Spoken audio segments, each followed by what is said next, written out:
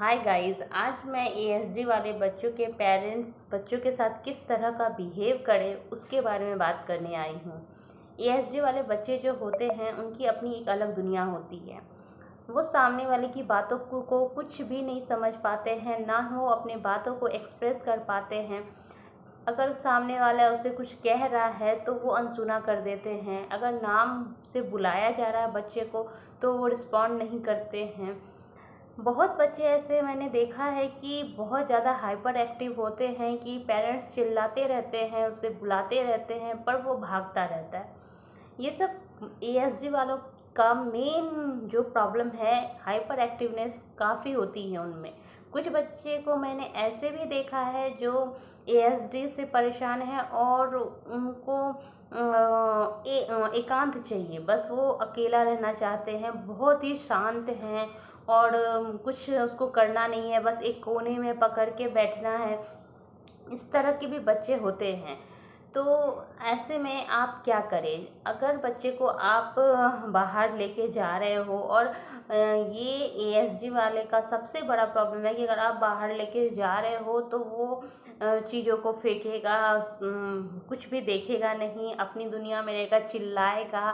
क्योंकि वो इसलिए चिल्लाता है क्योंकि उसे उसके पास कोई वर्ड्स नहीं है कि वो एक्सप्रेस कर सके कि उसे चाहिए क्या, वो करना क्या चाहता है। तो इसके लिए स्पीच पे आपको बहुत काम करनी होगी, आपको उससे बातें करते रहनी होगी। आप चाहे वो कुछ बोले ना बोले, आपको उससे कंटिन्यूअस बात करना होता है बच्चे के साथ। तो वो बाहर ले जाना, बहुत पेरेंट्स ऐसे जो मुझसे मिले हैं और उसने कहा कि मैं बाहर ले जाना बंद कर दी हूँ। तो ये मत करो क्योंकि उस बच्चे को प्रॉब्लम है। अगर आप उसे बाहर नहीं घुमाओगे, नहीं लेके जाओगे तो वो घर में रह के फिर उसकी जो अंदर में जो भी चीज़ें चल रही है वो और ज़्यादा बढ़ के सामने आएगी। तो इसीलिए बच्चे को आप बाहर लेके ज़रूर जाओ, शाम में पार्क लेके आप ज़रूर जाओ, बच्चे को थोड़ा उसे बाहरी इन्वायरमेंट के साथ कनेक्ट करो।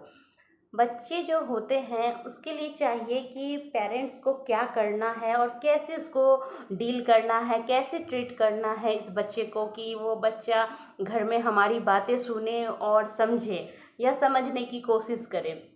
सबसे पहली बात है जो पेरेंट्स हैं उसमें कम से कम आप ये मान के चलो कि अगर मदर स्ट्रिक्ट है तो फादर लिबरल रहे, और अगर फादर स्ट्रिक्ट है तो मदर सॉफ्ट रहे।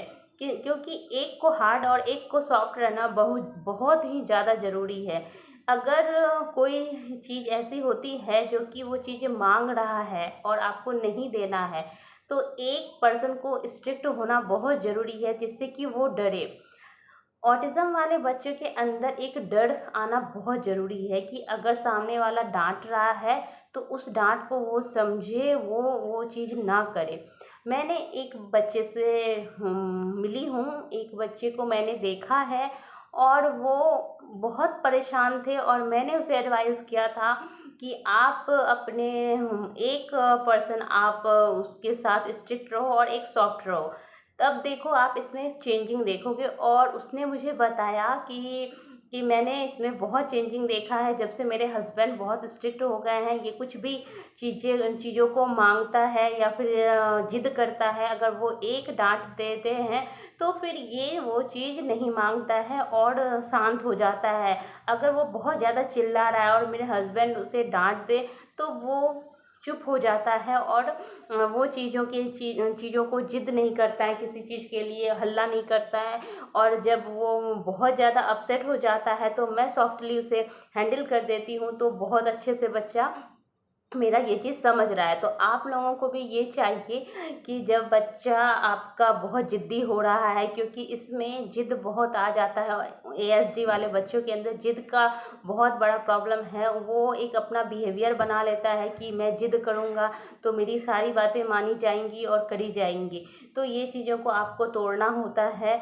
अगर आपके मैं जैसे उनको एडवाइस की हूँ वैसे मैं आपको एडवाइस करती हूँ कि अगर आपका बच्चा इस तरह से प्रॉब्लम में है तो आप सॉफ्ट दोनों लोग आप सॉफ्ट मत हो, एक को आपको स्ट्रिक्ट होना है और एक सॉफ्ट रहना है, ताकि अगर बच्चा बहुत अगर पेरेंट्स के साथ अगर किसी ने एक डांट दिया तो आप उसे प्यार से हैंडल कर सकते हो। इस तरह का आपको घर में माहौल बनाना है बच्चों के साथ। तो आप ऐसा करके देखो, आपको रिकवरी दिखेगी और बच्चे धीरे धीरे समझेंगे। जिस तरह आप समझाने का कोशिश करोगे वो समझेंगे। तो आप ये ज़रूर करके देखना, आपको रिकवरी दिखेगी। Thank you.